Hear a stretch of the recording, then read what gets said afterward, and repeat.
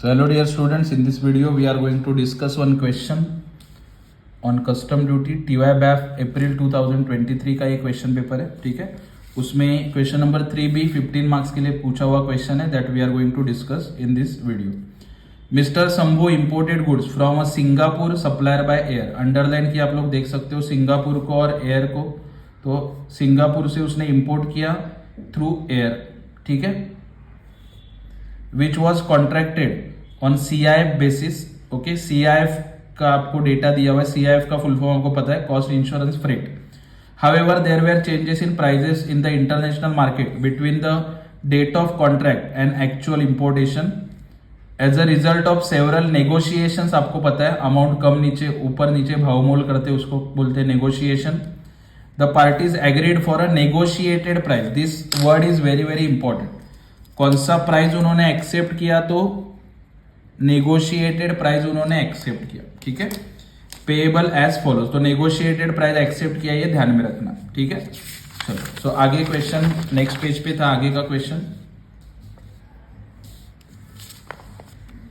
ठीक है। चलो देखो, पर्टिकुलर्स इन SGD means Singapore dollar, CIF value, freight charges, insurance दिया हुआ है, लेकिन यहाँ पे तीन प्राइस है, देखो, contract price, change price and negotiated price. तो जैसे क्वेश्चन में बोला कि नेगोशिएटेड प्राइस पे वो एग्री हो गए, तो इसके लिए मैंने यहाँ पे टिक किया। तो ये जो दो प्राइस दिया वो आपको देखना नहीं है, तो मैं पेंसिल से इसको कट कर देता हूँ। तो we have to focus only on negotiated price. तो CIF दिया 8,800, फ्रेट 600, इंश्योरेंस 500। तो पहला कंसेप्ट आपका क्लियर हो गया कि आपको ओनली फोकस करना है नेगोशिएटेड प्राइस के ऊपर। उसके बाद commission to local agent, commission दिया था लोकल एजेंट को, ये सेलिंग कमीशन है। एक क्वेश्चन मैंने सॉल्व किया था, क्वेश्चन नंबर 3A, वहां पे भी कमीशन था बट वो बाइंग कमीशन था। तो सेलिंग कमीशन लोगे, बाइंग कमीशन नहीं लोगे। तो सेलिंग कमीशन है आएगा, बाइंग कमीशन नहीं आएगा। कितना बोला है? 1% of FOB in SGD that is Singapore dollar. तो FOB का 1% बोला है ना, तो इसके लिए आपको यहां पे अभी क्या करना पड़ेगा? CIF दिया है, आपको क्या कैलकुलेट करना पड़ेगा? पहले FOB उल्टा जाके, ठीक है। समझ में आ रहा है मैं क्या बोल रहा हूं? आपको दिया है CIF, आपको उल्टा जाके क्या निकालना पड़ेगा? FOB। मतलब CIF में से ये दोनों माइनस करोगे, ओके, तो क्या मिलेगा आपको? FOB। तो पहले FOB निकालेंगे, बाद में कैलकुलेशन करेंगे, ठीक है। उसके बाद नीचे कुछ इंफॉर्मेशन है और date of bill of entry, date of arrival of aircraft, dates लिखा हुआ है, BCD कितना आएगा? अभी 2 BCD है, 10% लोगे या 12%। एक्सचेंज रेट तो दुनिया भर का है, लेकिन देखो यहाँ पे notified by CBIC and interbank rate है। तो CBIC का रेट जो है वो सिंगापुर डॉलर के कंपैरिजन में, ये इंटरबैंक रेट हम लोग लेने वाले नहीं, बिकॉज अपना क्वेश्चन कैसे है? सिंगापुर डॉलर, चाह के भी ये ले सकते हो क्या? नहीं। तो CBIC का रेट ही लोगे, इंटरबैंक का रेट नहीं लोगे, कॉमन सेंस है, ठीक है। Compute the assessable value and custom duty payable by mister Prashant. इसका क्या फंडा है मैं लास्ट में बताऊंगा आपको, ठीक है, टेंशन मत लो, ठीक है। चलो स्टार्ट करते हैं। सबसे पहले मैंने बोला था नेगोशिएटेड प्राइजेस लेना है, तो वो वाला प्राइस हम लोग कंसीडर करेंगे। This is the solution. थोड़ा सा जूम आउट करता हूं तो आपको अच्छे से दिखेगा, ठीक है। चलो देखो, सबसे पहले computation of cost of transportation and tax heading लिखा। उसके बाद आएगा particulars and SGD amount that is Singapore dollar amount. CIF value दिया 8,800, ओके, 8,800। मैंने आपको बोला था FOB ढूंढना है ना, तो इन दोनों को क्या करोगे? माइनस, ठीक है, उल्टा जाने वाले हम लोग। तो देखो फिर से CIF value, freight charges 600, insurance क्या किया? माइनस, तभी क्या मिलेगा? FOB 7,700। FOB क्यों ढूंढा? कमीशन कैलकुलेट करने के लिए। So plus adjustment under rule 10 सब रूल 1, सेलिंग कमीशन कितना आएगा? FOB का 1% बोला है, तो FOB है 7,700, उसका 1% 77। तो एडजस्टेड FOB वैल्यू, एडजस्टमेंट के बाद FOB का वैल्यू आएगा 7,777, दैट्स इट। उसमें ऐड होगा, अभी उल्टा करोगे फिर से, FOB में फिर से एडजस्टमेंट हो गया ना, तो फिर से क्या होगा? फ्रेट एंड इंश्योरेंस ऐड होगा। तो फ्रेट के लिए रूल क्या है? एक वीडियो में मैंने बताया था, इंट्रोडक्शन भी है उसका, वो प्लीज आप लोग देख लेना, ठीक है।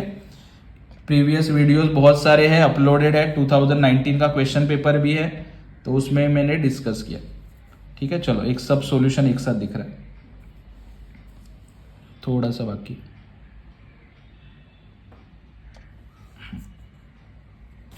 ये क्वेश्चन है आपका, थोड़ा साइड में रखता हूँ समझने के लिए।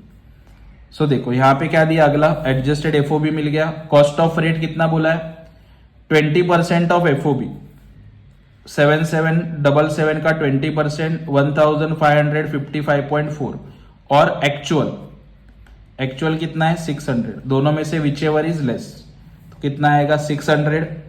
कॉस्ट ऑफ इंश्योरेंस कितना आएगा 500, ठीक है, जो एक्चुअल में दिया था। अगर नहीं दिया तो कॉस्ट ऑफ इंश्योरेंस हम लोग कितना लेते हैं एफओबी का 1.125%, ये ध्यान में रखना। तो फिर से इसमें क्या किया, दोनों ऐड किया तो आपको मिल गया सीआईएफ कितना 8877 इन सिंगापुर डॉलर।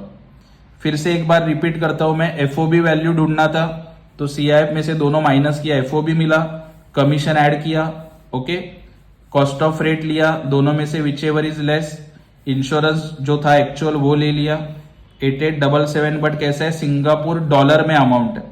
तो अभी जो मैंने आपको बताया नहीं था वो मैं बताता हूं, ठीक है।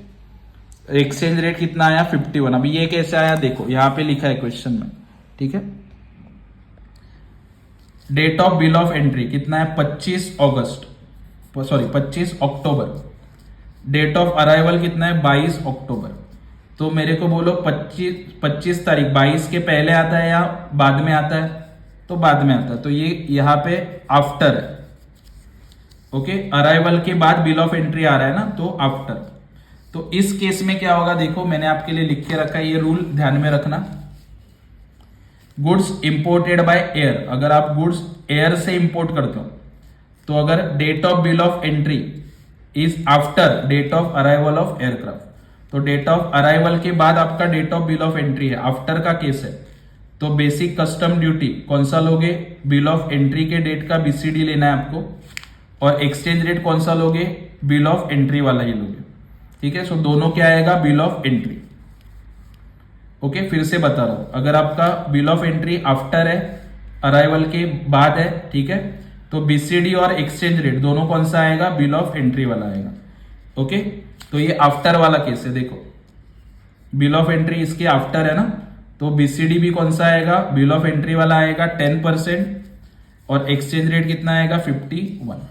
आई होप ये आपको समझ में आया होगा, आफ्टर के वजह से दोनों आएगा बिल ऑफ एंट्री वाला, ठीक है। अगर ये आफ्टर नहीं होता, बिफोर होता, ओके, वो भी बता देता हूं। अगर बिल ऑफ एंट्री बिफोर है डेट ऑफ अराइवल, तो बीसीडी आएगा date of arrival of aircraft का, और एक्सचेंज रेट का इश्यू नहीं है, एक्सचेंज रेट वही आएगा date of bill of entry, ठीक है। तो आफ्टर है तो दोनों बिल ऑफ एंट्री, अगर बिफोर है तो exchange rate bill of entry आएगा और बीसीडी आएगा अराइवल वाला, ये ध्यान में रखना, बिफोर एंड आफ्टर, ठीक है। तो ये दोनों आफ्टर का केस था, तो बिल ऑफ एंट्री का भी आएगा, ओके, बीसीडी भी आएगा 10% बिल ऑफ एंट्री का, और एक्सचेंज रेट भी आएगा बिल ऑफ एंट्री का 51, ठीक है। चलो आगे बढ़ते हैं, और ये तो लेना नहीं, मैंने ऑलरेडी आपको बता दिया। तो ये 51 कैसे आया, आई होप आपको समझ में आया होगा। तो कैलकुलेशन किया मैंने मल्टीप्लाई करके, ठीक है, देखो तो एक्सचेंज रेट आ रहा है 51, that we have already discussed. Multiply किया 51 से, तो सीआईएफ वैल्यू रुपीज में आया 4,52,727, ठीक है। उसका 10% बीसीडी, तो इसका 10%, 4,52,727 का 10% आएगा 45,273, and social welfare surcharge is 10%, 45,273। अभी ये इसका 10% आता है, ध्यान रखना, सीआईएफ का 10% आता है बीसीडी, बीसीडी का 10% आता है एसडब्ल्यूएस, ओके। आई होप ये आपको समझ में आया होगा, इसका 10% बीसीडी, इसका 10% सोशल वेलफेयर सरचार्ज। अभी तीनों को ऐड किया तो आपको मिलेगा total amount for IGST. IGST इसके ऊपर लगेगा, लेकिन क्वेश्चन में आईजीएसटी दिया नहीं है, अगर दिया होता तो इस अमाउंट के ऊपर आप लोग कैलकुलेट करते, नहीं दिया इसके लिए डैश। तो कॉस्ट ऑफ इंपोर्ट कितना आया 5,02,527, ओके, और अगर आपको सिर्फ पूछा कस्टम ड्यूटी कितना पे किया तो दो ही है यहाँ पे ड्यूटी, बीसीडी एंड एसडब्ल्यूएस। दोनों को ऐड करोगे you will get total custom duty payable 49,800। So that's it for this question. Short में मैंने आपको सॉल्यूशन बता दिया। 15 मार्क्स का क्वेश्चन है, 15 में से 15 मार्क्स आपको मिलना चाहिए।